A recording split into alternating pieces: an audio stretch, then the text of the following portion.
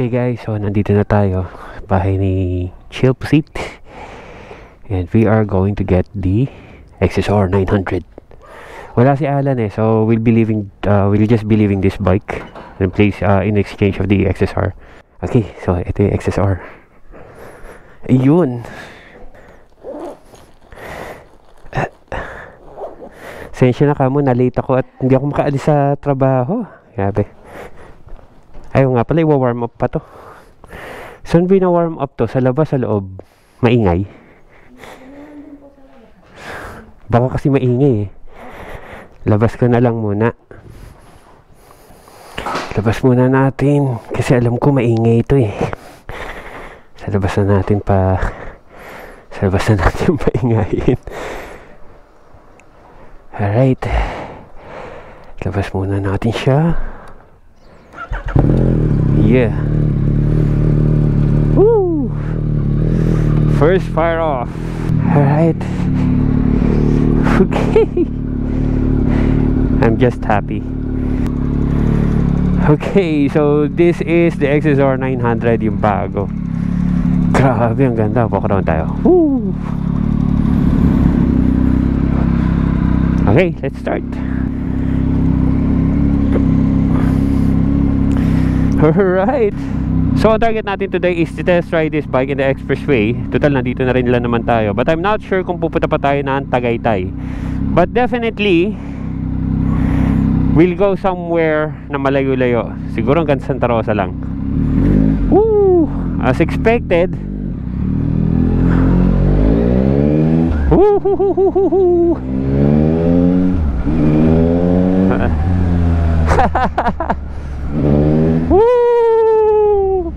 Definitely different from the CB650R. Lakas ng torque na ito. I don't know kung kuha sa video yung the feeling of acceleration from this bike. Ibang iba Ang sarap. Kumakadyot. It's rather dangerous to have a newbie ride this bike. Kasi malakas yung niya, yung acceleration niya. Pag nagkamali ka, yari. I really love this bike. Sarap, grabe. Nagiging speechless ako all of a sudden.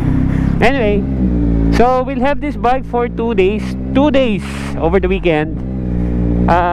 Today, we'll test ride this bike to as far as we can go. Tignan natin, malakas yung torque niya So ramdam mo agad, pero how is it in the expressway? No top speed again. This is not our bike. Kahit sino naman ayaw nilang winawalang hiya motor nila. We'll just enjoy the bike as it is right now. So ganun lang muna tayo. Alright. Expressway Gaming, here we go.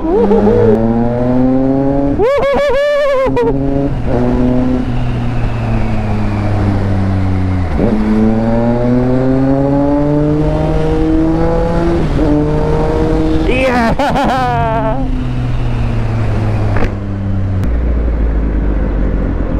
Saan ba? Hirap kasi dito, hindi ko kabisado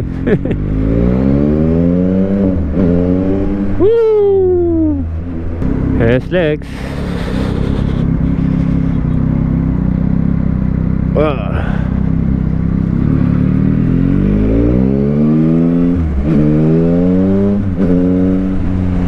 Medyo nahirapan lang ako dito sa clutch. Masyadong nakaganon. So if I'll have one of this, eto siguro i-adjust ko. Bababa ko ng konti.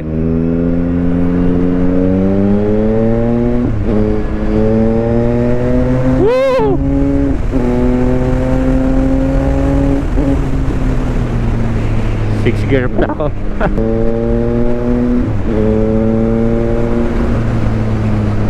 Alright, so ride impression agad tayo. Magaang siya. Well, relatively speaking, magaang siya if you would be comparing it to the CB650R. Malaking difference. Again, we'll have to check the specs kung ano ba talaga yung actual weight niya, but mararamdaman mo naman napakalayo ng weight difference niya. Kasi eto, napakadaling itulak. Yung CB650, lawitan dila mo dun. Acceleration, definitely, if you compare it with the CB650, magkaiba. Very linear yung Honda, the CB650R. Pero ito, it's not what you can call newbie friendly.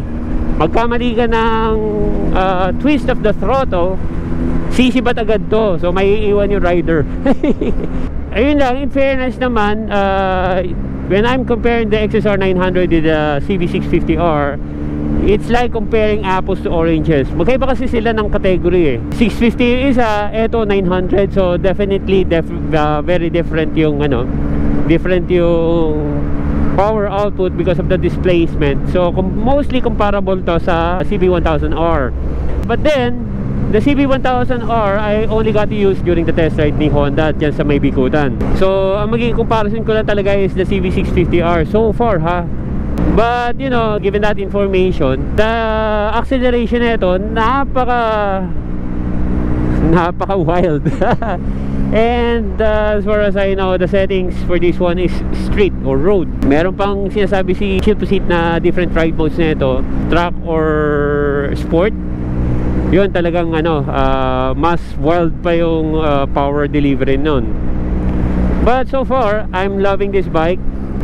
Looks wise, I can't really pinpoint kung ano mas maganda sa dalawa eh. So far, I love the first generation, primarily because doon tayo na love at first sight kay XSR. But then, it's quite a change of look dito kay XSR 900 2022 version. Almost everything was changed. The chassis, the headlights, even the seats. Ginawa nilang retro kasi with the XSR 900 first gen, very sleek yung seat design niya eh. Very sporty. Elegant pero very sporty still. This one, they try to incorporate yung mga 80s look, yung makakapal yung yung seats, parang very bulky. I'm not sure if that is sitting well with me, but you know, okay lang.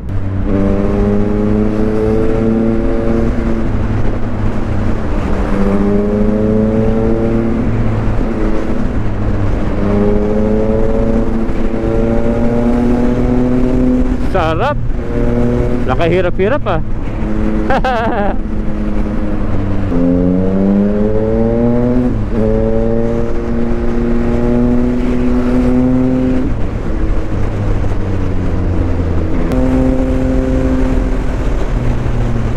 Okay, at this early, one observation.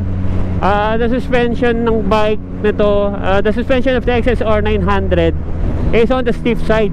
Ibang-iba siya sa CB650R na malambot. It's good and bad. I don't know how it would fare sa long drive, but definitely on spirited runs, this would be, you know, especially useful. The stiffer the ride, the more feedback you get from the road, di ba?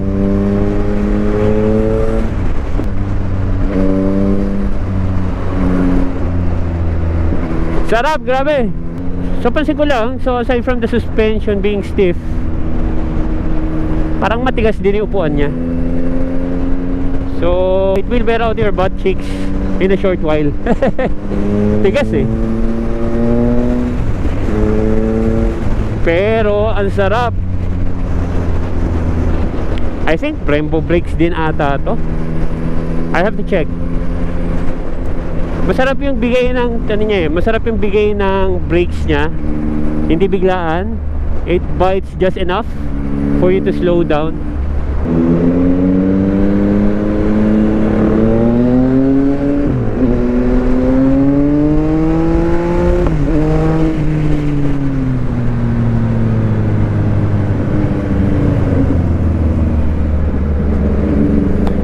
Pero grabe, traffic. I can see traffic from very far. I can see traffic from afar. Grabe, ang haba. Ang malas. Woo! Bakit ganyan? Ngayon pa. Hindi ko tuloy alam kung magtatagaytay ako.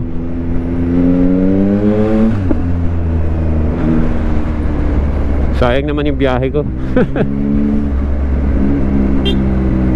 Okay, so asa fuel gauge nito? Ay, Petron na. Ay, naku, asan yung fuel gauge? Hindi natin alam kung marami pa to. So, since walang fuel gauge dito, wala. Kailangan natin magpagas. Because I don't even know kung gaano pa karami gas na ito eh. Hindi ko na natanong. No choice. Pagas tayo. Puta, mahal ang gas dito. 70 pesos. Shit.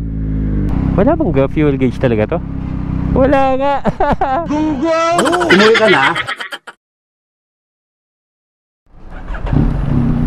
Alright mga boss, pagpagasa tayo, full tank. Hinahanap ko pa rin dito yung ano eh, hinahanap ko pa rin dito yung fuel gauge. Actually hindi ko pa nga alam kung paano gamitin to eh, pero pag-aralan natin mamaya. Let's head out. Tara, tara. Woo! Let's go guys.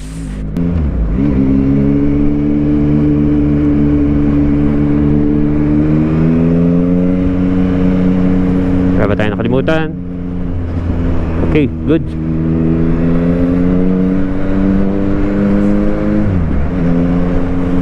Hindi ko pa rin sure kung aabot tayong Tagaytay.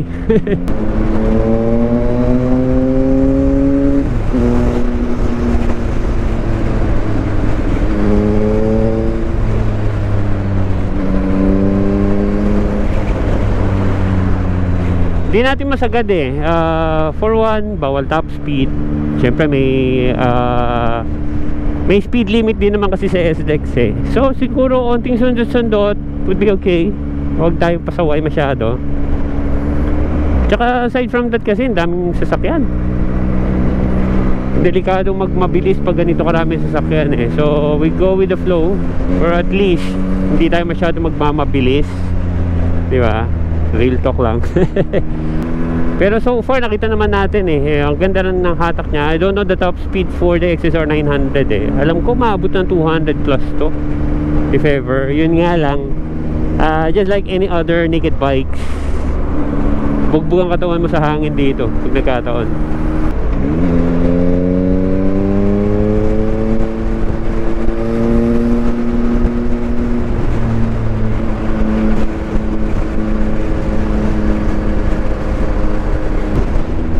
Ay, naka boring. Mabagal ang takbo natin. Hindi kaya maraming tao sa Tagaytay ngayon, considering it is a Saturday. Sobrang bagal, grabe.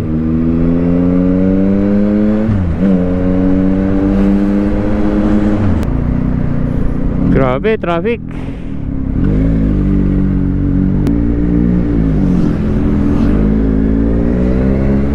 I don't intend natin pong mag-ride pag ganito traffic. Ano kaya ang cause ng traffic dito? Grabe traffic oh. Ano, uwi na tayo? Ayoko ng ganito. Altex mo na tayo. Pagod ako eh.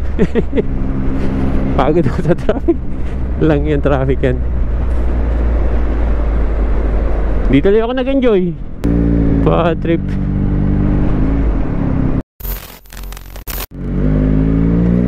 Okay, Santa Rosa na tayo. Lumukog na dito eh oh.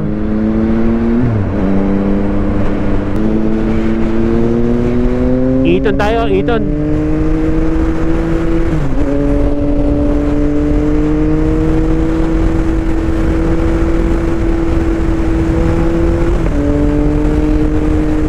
Kapag stretching man lang.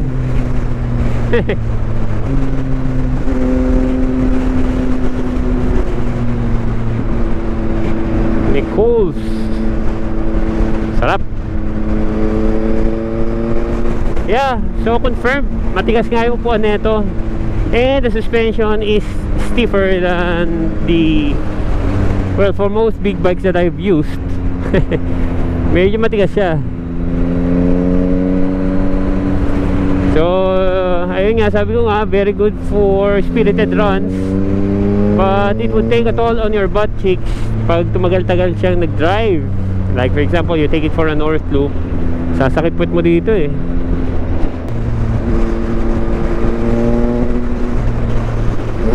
Antigas. Ramdam ko yung lubak. Grabe, aroy. Ramdam mo nga yung lubak dito. Alright, exit na tayo. Eden, exit. Baka madaming tao, madaming sasakyan sa Santa Rosa, so dito na tayo nag-exit.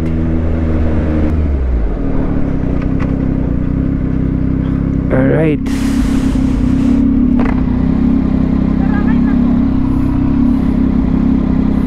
Ha? Okay na?